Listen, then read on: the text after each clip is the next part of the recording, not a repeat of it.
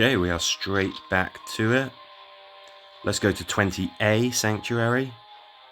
Looks like we've got something very similar. We're going to skip the Killer Walkers, leave that for somebody else. We're going to still be rocking the Burnout Rifle. And we're just going to get to it.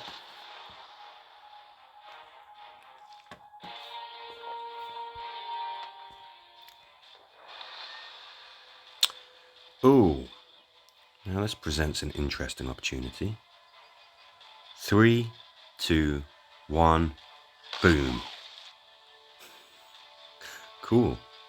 Okay, that works. I mean, metalheads are... the fact that we're going to be able to set them alight from a great distance is just really good. The fire is going to have a lot longer to start working on them. Plugging away at their health, turn after turn. Those Commonwealths, I mean, we can get a couple of shots in. You know, that's great. As soon as you start damaging a Commonwealth's health, you're kind of chuckling. It's what you want to do. Let's double tap this guy. Charge it up. Now that. Everyone's already sort of hurt, badly damaged, except for that metalhead who can set alight. The Burnout Rifle obviously can ignite targets. That is a trait, as opposed to, whatever they call it, an additional trait. It's an inherent trait in the weapon. That means it can be affected by luck. So when you're using the Harrier, because it's an infused trait, that's the word. It's an infused trait. That means that it has a set percentage chance of setting things light. In that case, 50%. Because ignite is actually a trait on the weapon. That means it has that set chance, but it's affected by luck.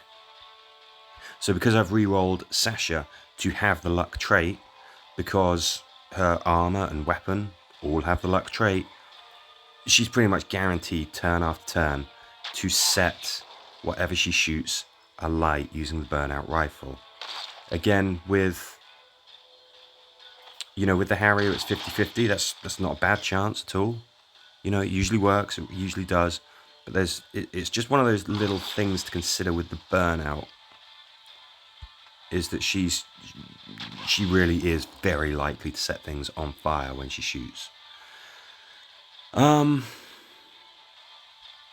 Sometimes it's not all about the shooting. Sometimes it's about the positioning. Hence, we are hightailing it out of there. Okay, you're crippled. All of these guys are stunned. That's why I like having concussive on my decimator. Gives you a lot of freedom. Just loads and loads of freedom. Kill 4 walkers. So oh yeah, okay, we've got a... Does that count? Ah, didn't get the metalhead. Die. Oh, flipping it. Right, well, we've got to put him down, otherwise he's going to start chewing on Mercer. Yeah, no hanging around. Oh. Yumiko just moved straight through that big snowdrift. Didn't even slow down. She an elf or something? Oh, what do we get? Brill. Oh, I know that people don't like these ones. This means that there's going to be walkers just churned out turn after turn. I actually get the feeling...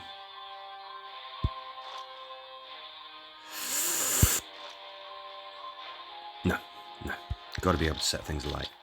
I get the feeling that the Harrier might be more useful. We're going to have walkers closing in on us from every angle. Could get quite up close and personal. I think that being able to slow them down is perhaps going to be more important than being able to hit them from across the map. We can make as much noise as we like, because there's no threat counter. Okay, thank you for walking into range. You know, I've noticed what you did, and it's appreciated. Let's hold on to Mercer's charge attack. There's got to be some bigger, scarier things out there, surely. He says.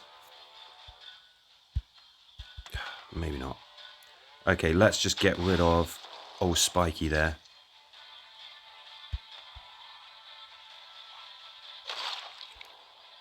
I'm going to use the charge attack early. That was only one sort of big target that we used it on. But he was in our way, and by doing this, we can just keep the speed up, which I think is kind of important.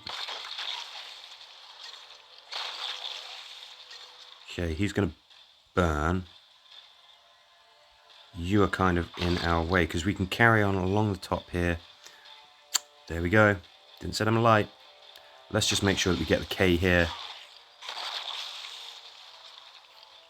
So there we go. It would have been lovely to have set this chap alight, but guess he didn't want to. Do that.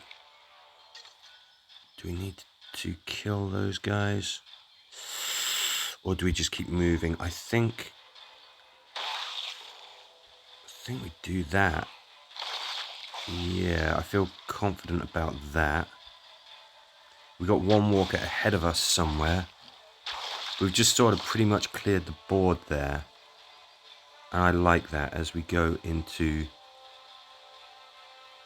here. There's a Spiky. Should have guessed because I couldn't move. Alright. You know what? If somebody gets bit, they get bit. It's fine. What we might be able to do, a little extra firepower, punch our way out.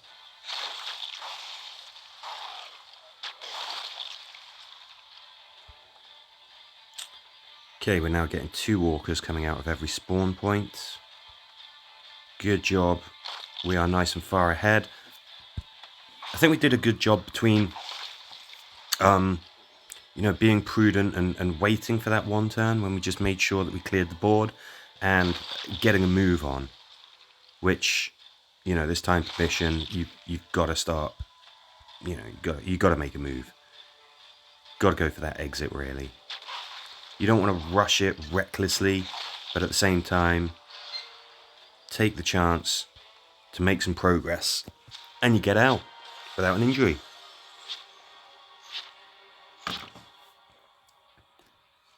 Okay. Search for clues. Let's do one more mission, shall we? I normally do 2 missions per video. Let's do 3. It's the last battle. It's the last war. Well, it's the last battle of this war. That makes sense. Hope it's been a good one for everybody.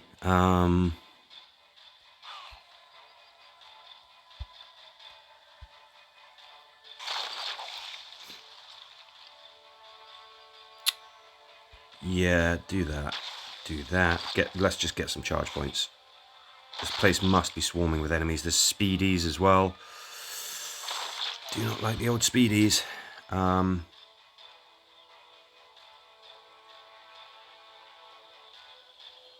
Yeah, let's clear that.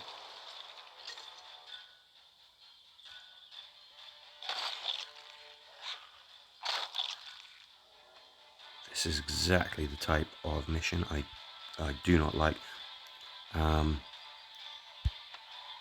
I say that I don't like it. It makes it sound like I don't like the game or anything. It's just these are the missions that are most challenging, I think. Tight corners. Bad guys coming out of anywhere.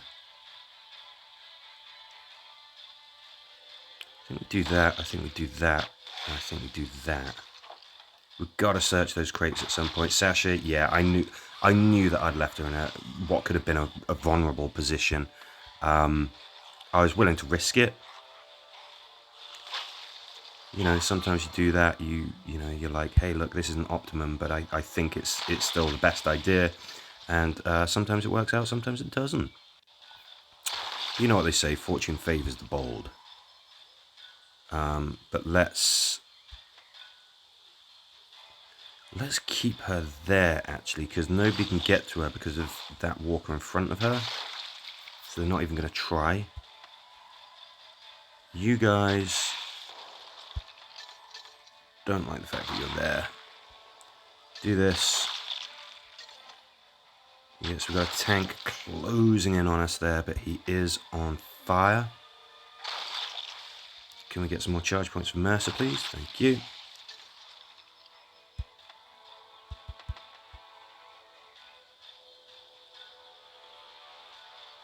Now, you want to save your super duper charge attacks for the biggest threats. We don't know what else there is. There's another tank up there, I guess, but that tank was a clear and present danger, so it was worth doing that. Sure, a tank isn't the scariest enemy type or anything like that, but he was there, and he could have really screwed up our plans. So you're better off using your charge attack and being sure. Yumiko, let's just get him on fire. Is he crippled? Yes, he is. Are we 2 squares away? Yes, we are. Save charge attack for when the threat counter ticks over.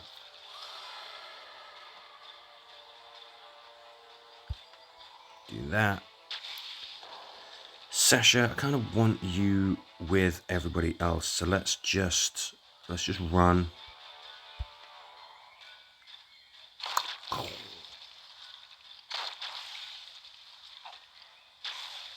Okay, good stuff.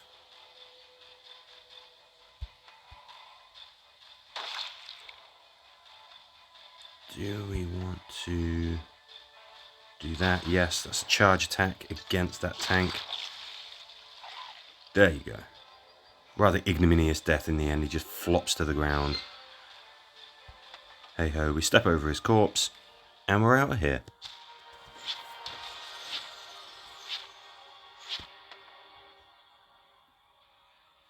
Okay, we got an injury there. It's like, yeah, that was a positional problem. I knew that Sasha was at risk, but, you know, sometimes you've got to do that. Doesn't matter, we'll heal her up. We've made a good start to the Guild War, and we'll see where it goes from here.